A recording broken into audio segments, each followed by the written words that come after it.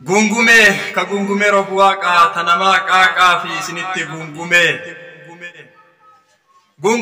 gungume ka gungume robuaqa tanama qaqa fi isinitti gungume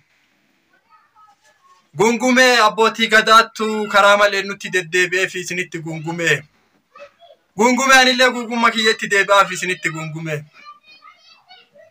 gungume akkuma isin maruu argaa jirtan Oromoo mana abbaa gadaa hin qabduu fi gungume warra sirna mootummaa irra jiran qofaaf abbaa gadaati isinitti gungume abbaa gadaa keessaa warra abbaa gadaa karrayyuu yeroo torbaan takkan caalle kanatti osoo dhiigni isaaniituu hin qoorin dhiiga abbootii gadaa irra dhaabatanii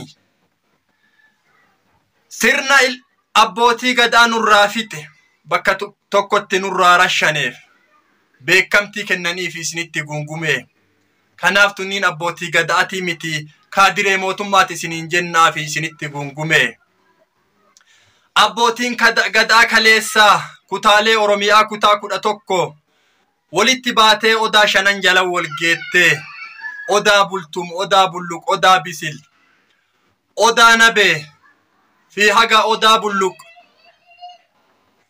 hangafa odaa roobaatti wal geettee seeratumatti fi isinitti gungume abbootiin gadaa ammaa hoteelarra olii gad oofanii mootummaan afaan jaraa kireeffatee afaan jaraatiin dubbataa fi isinitti gungume abbootiin gadaa yeroo Oromoo rashanan gabbaatee waan tokkon dubbanni Oromoof abbaa gadaatii mitii fi isinitti gungume abbootiin gadaa yeroo Oromoon beeloftu Oromoon daa'imni Oromoo harmi haadhaa itti ba'uu dhabu yeroo haati daa'ima waliin goggoydu hin dubbanne abbaa gadaa Oromootii mitii fi isinitti gungume kutaalee Oromiyaa kutaa hedduu keessa naannawa hedduu naannawa Baalee naannawa Booranaa Wallagga keessatti Arsii keessatti Oromoon dararaa hamtuu keessa jirtii fi isinitti gungume beela hamaa keessa jirtii fi isinitti gungume guyyaa tokko gadi baatee Oromoo waaqan kadhannee fi kadhaa biraa kadhachuu dhiisaa isinitti gungume ilmaan Oromoo bakka maraa rashanamaa jirtii fi isinitti gungume ilmaan Oromoo rashanamtuuf guyyaa takkattiin mootummaa rashanu kanaan nurraa dhaabadhu jennee fi isinitti gungume har'a ammoo gadi baatee gamtaa abbootii gadaa jettee masaraa Minilikii keessatti wal geettee ilma Minilikiitiif beekamtii duguuggaa sanyii inni nurratti raawwateef beekamtii kenniteef isinitti gungume beekamtiin isin kennitan sun ka isaan waliin isin akka diina Oromoo taatan isin beeksisuuf isinitti gungume diina Oromoo ta'uu keessa isin beeyneef isinitti gungume warri ammaan tana sirna kana wajjin jirtu warruma kaleessallee ummata keenna maqaa abbaa gadaatiin gurgurataa turtee ummata keenna keessa turteef isinitti gungume isiniin abbaa gadaati jennee isin waamuun nu qaanfachiisaa fi isinitti gungume dhiyooma tana asallan wal geettanii beekamtii hadha torbaan tokkollee osoo hin dabrin deebitanii sirna ilmaan teenna lafarraa fixaa jiru sirna hayyoota teenna hidhatti taphataa jiru kanaaf beekamtii kennitanii fi isinitti gungume abbaa malaa jettanii namicha duguuggaa sanyii ilmaan Oromoo ilmaan Itoophiyaa guutuu irra raawwataa jiruuf abbaa malaa jettanii beekamtii isaa kennitanii fi isinitti gungume abbichuu abbaa malaa osoo hin taane abbichuu namni lafarraa fixe akkanaa kanaa fi isinitti gungume namichi sanyii warra abbichuu lafarraa fixeeti isinitti gungume abbichuu ka lafarraa fixe Miniliki ka lafa isaa irraa itti buqqise Miniliki isinitti gungume namichi sanyii abbichuu wayituun qabuuf isinitti gungume namichi nafxanyaa gogeettiif isinitti gungume nafxanyaan Oromoo jiraachuun feetuuf isinitti gungume isin hadharraa abbootii gadaatii mitiif isinitti gungume nama isin lafarraa fixee osoo abbaa gadaa ajjeesu osoo abbaa gadaa ilmaan abbaa gadaa rashanu abbaa gadaa ilma abbaa gadaa dabalatee karrayyuu keessatti nama 14 guyyaa takkatti rashan Wallagga keessatti nama 90 ol guyyaa takkatti rashanan kanaaf hin dubbanneef isinitti gungume isin abbootii gadaatii miti mootummaa afaan isin kireeffatee afaan keessan dubbataa fi isinitti gungume abbootiin gadaa kalee tanan qabduuf isinitti gungume. Abbootiin gadaa badduu ummata isaatitti galte afoo dhaabattee mormattiif isinitti gungume. Abbaan gadaa kalee abbaa duulaa qabaaf isinitti gungume. Duula duulchisee badaa diina ummata isaatitti duule ofirraa deebisaaf isinitti gungume. Kalee Oromoon tana qabdiif isinitti gungume. Ka diina waliin deeme Oromoo irratti labsii labsu kun diina Oromooti isinitti gungume. Isin abbaa gadaa Oromoo osoo hin taane diina Oromoo warra gadaa Oromoo lafarraa baddu Oromoo lafarraa balleessuu keessatti goobana taatanii hojjattaniif isinitti gungume. Isinii waan jennuun nu dhibeef isinitti gungume. Isin warra yoo ummanni keessan dararamu ummanni keessan rashanamu ummanni keessan beela'uun dubbanneef isinitti gungume. Isin gaafa mootummaan isin waamate qofa afaan keessan kireeffatanii afaan keessan dubbataniif isinitti gungume. Isin warra ummata keessaniin gowwoomsaniif isinitti gungume. Ummata keessaniin gowwoomsuu qofaaf isinitti fayyadamaniif isinitti gungume. Sirnuma abbaa gadaa waan jedhu kanaa nurraa diigaaf isinitti gungume. Diimokiraasii ijaarannee diimokiraasiin jiraannaaf isinitti gungume. Abbaan gadaa yookaan sirna mootummaa dhufa dabraaf ulee ta'ee kan ummata isaa dhaanu taate nuti abbaa gadaan barbaannuuf isinitti gungume. Gadaan ammaan tana qeerroo harka jirtiif isinitti gungume. Qeerroo jala deemaaf isinitti gungume. Qeerroon tuun hidhattee bosona jirtiif isinitti gungume. Tuun hidhamtee mana hidhaa jirtiif isinitti gungume. Tuun ammootu baqattee biyya baqaa jirtiif isinitti gungume. Tuun duutee boolla keessa jirtiif isinitti gungume. Gadaan abbootii gadaa warra jedhan warra kaadiree mootummaan filatee afaan jaraa keessaan dubbatu tanaan hin hoogganamtuuf isinitti gungume. Gadaan dhaloota qubee harka jirtiif isinitti gungume. Gadaa tana ofirraa dabarsaaf isinitti gungume. Isin abbootii gadaatii mitiif isinitti gungume. Abbaan gadaa kalee dhugaa dubbataaf isinitti gungume. Ummata isaatiif dhaabataaf isinitti gungume.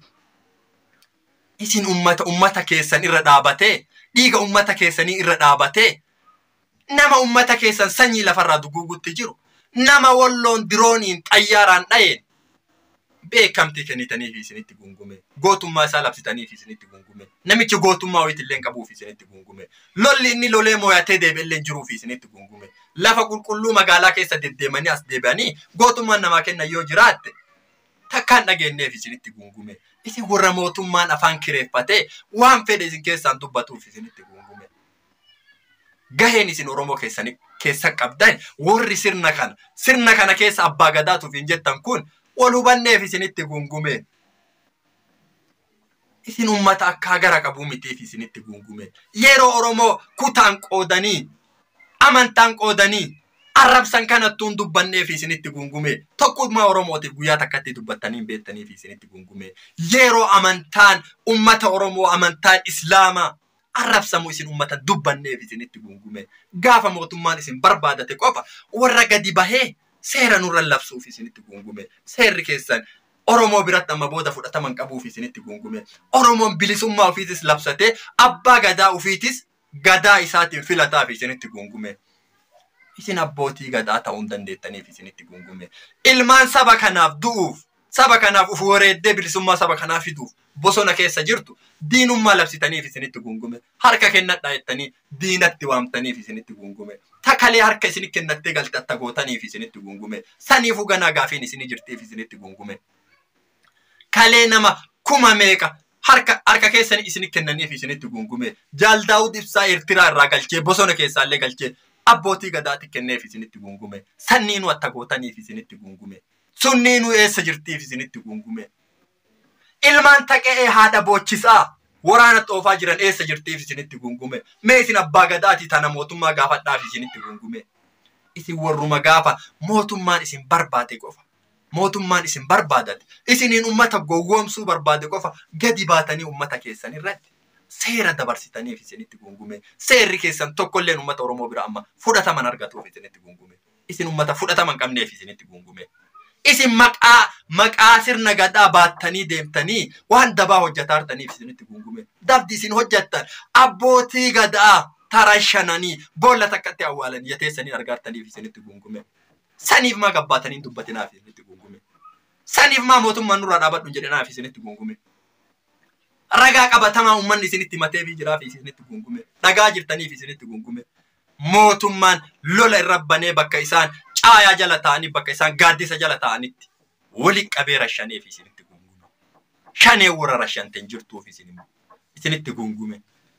Isin ummata mootummaan ijaarate ummata keessa maqaa abbaa gadaatiin kaawwateef isinitti gungume. Isinuu ifa uf baaftaniif isinitti gungume. Abbootiin gadaa warri kalee caayaa taa'ee dhugaa Oromooti. Dhaloota Oromoo qaruuf. Oromoo aadaa isaa keessa jiraachisuuf dhaabatu. Aman jirtuuf isinitti gungume. Isin kaadiree mootummaatiif isinitti gungume. Oromoon ofirraa isin baruu qabaaf isinitti gungume. Isin warri abbaa gadaa jettanii sirna kana waliin jirtan ka diriirtanii akka isin agarru kanatti teettan kun haati siinqee warra waliin jirtanillee kaadiree mootummaati hundi keessanuu isinitti gungume. Isin ummata Oromoo qabsoo ummata Oromoo warra gurgurateetiin boollan naqaaruuf isinitti gungume. Hoteelatti isin waamanii kaadireen isinitti taphataartiif isinitti gungume. Ummata keessaa isin baasanii isin salphisaniif isinitti gungume. Isinuu ammaa uf salphiftaniif isinitti gungume. Labsiin isin beekamtiin isin kennitan kamaaliiti isinitti gungume. Beekumsa yoo qabaattanii beekamtii namaa akka kennitan taate gahee wayii qabaattanii yoo beekamtii namaa kennuu dandeettan taate maaliif gadi dhaabadhaa jettanii waraana kan uummatarraan dhaabneef isinitti gungume. Gaafa fedha ofiitiif dantaa siyaasa ofiitiif isin barbaadan qofa eenyummaan keessan beekamaaf isinitti gungume. Yookaan namni isin dhagahu hin jiruuf isinitti gungume. Afaanuma keessan kireeffatanii isiniif fayyadamanii footoo keessanii fayyadamaniif isinitti gungume. Mee isin haa dhaga'anii hayyoota teessan ta hidhamte hidhaa keessaa nuu baasaa jedhaaf isinitti gungume. Guyyaa tokko ka gadi baatanii mootummaa kana afoo dhaabattanii ilmaan teenna tahiiti gadi nuu baas ta ajjeesaa jirtu ajjeechaa irraa nuu dhaabi ka jetta isinin agarreef isinitti gungume. Beela ummata keessaniitiif ka gabbaatanii dhaabatta isinin agarreef isinitti gungume. Kaleela baruma dhiyoo dabre kana keessa abbaa gadaa Bayyanaa Sanbatoo ummata ofii waliin dhaabatee bara qabsoo wayyaanee waliin goon ummata isaa waliin dhaabatee ummata isaa waliin haga du'aa takkatti ga'eef isinitti gungume. Ammaan tana nama akkasiisan doorsiftanii hatta miidiyaa irra dhiyaachuuf lubbuu isaaniitiif sodaatanii ta'aniif isinitti gungume. Isin ammoo warri sirna kanaaf ijaaramtan akka feetaniin miidiyaa feetanirra burraattaniif isinitti gungume. Isin kaadiree mootummaa ta'uu gaafa shanee jettanii bakka feetanii ajjeesaa jettanii ilmaan Oromoo irratti gujii keessan labsii dabarsitan irraa isinirraa quufneef isinitti gungume. Abbummaa gadaatiif isinin hedannuuf isinitti gungume. Abbaa gadaatiif isinin himannuuf isinitti gungume. Abbootiin gadaa nuti ilmaan abbaa gadaati kaleellee jennu warra kalee dabresaniif isinitti gungume. Warra aadaa Oromoo asiin ga'eef isinitti gungume. Warra afaan Oromoo asiin ga'eef isinitti gungume. Warra sirna gadaa kana diimokiraasii hundee diimokiraasii godheef isinitti gungume. Kaadiree mootummaa akkanaa tanaa mitiif isinitti gungume. Isin nuuf dhaloota ammaa kanaaf abbaa gadaa taatanii wanni isinirraa baratanii jirtuuf isinitti gungume. Isin ummata saba keessan gurgurataaru isinitti gungume. Nama ummata keessan ilmaan didiqqoo ilmaan lafaa dhuftu waraanatti guuree duguugaaruuf isinitti gungume. Kaan ufii isaatii bakka takkatti gagguuree ka abbaan gadaa keessaan hafiin rashanaaruuf isinitti gungume. Ka guddaa xiqqaa gargar baasee laalleef isinitti gungume. Abbaa isaa bitame qofatu Itoophiyaa keessa jiraataaf isinitti gungume. Warri isaa bitame isiniif isinitti gungume. Nuti gabrummaa hin eeyyamnuuf isinitti gungume. Bitamneetiin sirna Minilikii yoomillee nurratti hin deebi'uuf isinitti gungume. Isin warra sirna Minilikii deebisuuf ilma Minilikiitiif beekamtii kenneef isinitti gungume. Ka isin beekamtii kennitaniif abbichuu abbaa malaa jettanii hadha beekamtii kennitaniif kun nama siidaa Minilikii warra duguuggaa sanyii Oromoo irra raawwate boraafatee buluuf isinitti gungume. Nama goota akka Hacaaluu Hundeessaa nurraa ajjeeseef isinitti gungume. Nama ka akka Jawaar ka akka Baqqalaa Garbaa ka akka Gammachuu Ayyaanaa ka akka Hamzaa Booranaa ka akka Mikaayil Booranaa ka akka Abdii Raggaasaa namoota akkanaa jajjaboo Oromoon qabdu kanneen hidha guureetti taphataa jiru kanaaf isinitti gungume. Warra ilmaan dadaa'imman achi deemaa jedhee rasaasaan mataa keessa dhoofsisaa ruuf isinitti gungume. Osoo madaan abbootii gadaa karrayyuutuun qooriin gadi baatanii dhiiga isaanii irratti siyaasa isiniin dalagataniif isinitti gungume.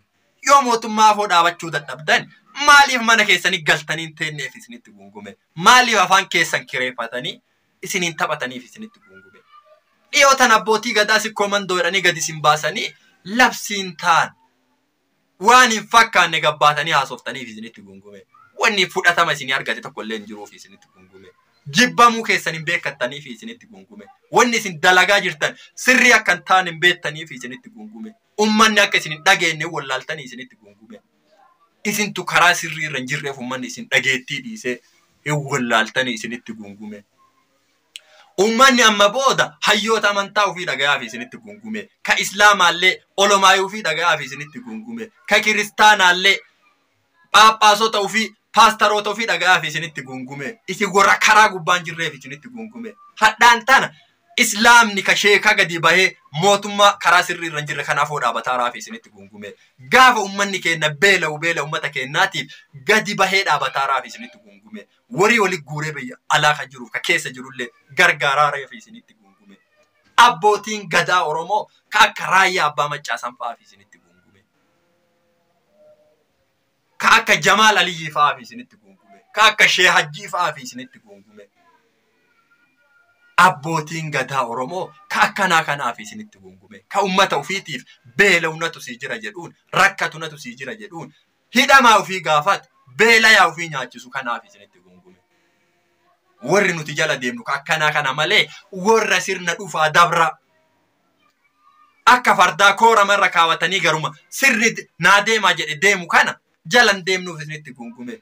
Gadaan qeerroo harka jirtii fi gungumellee irraa bu'ellee horaa bulaa deebana. Viidiyoo tana sheer godhaa waliin gaya.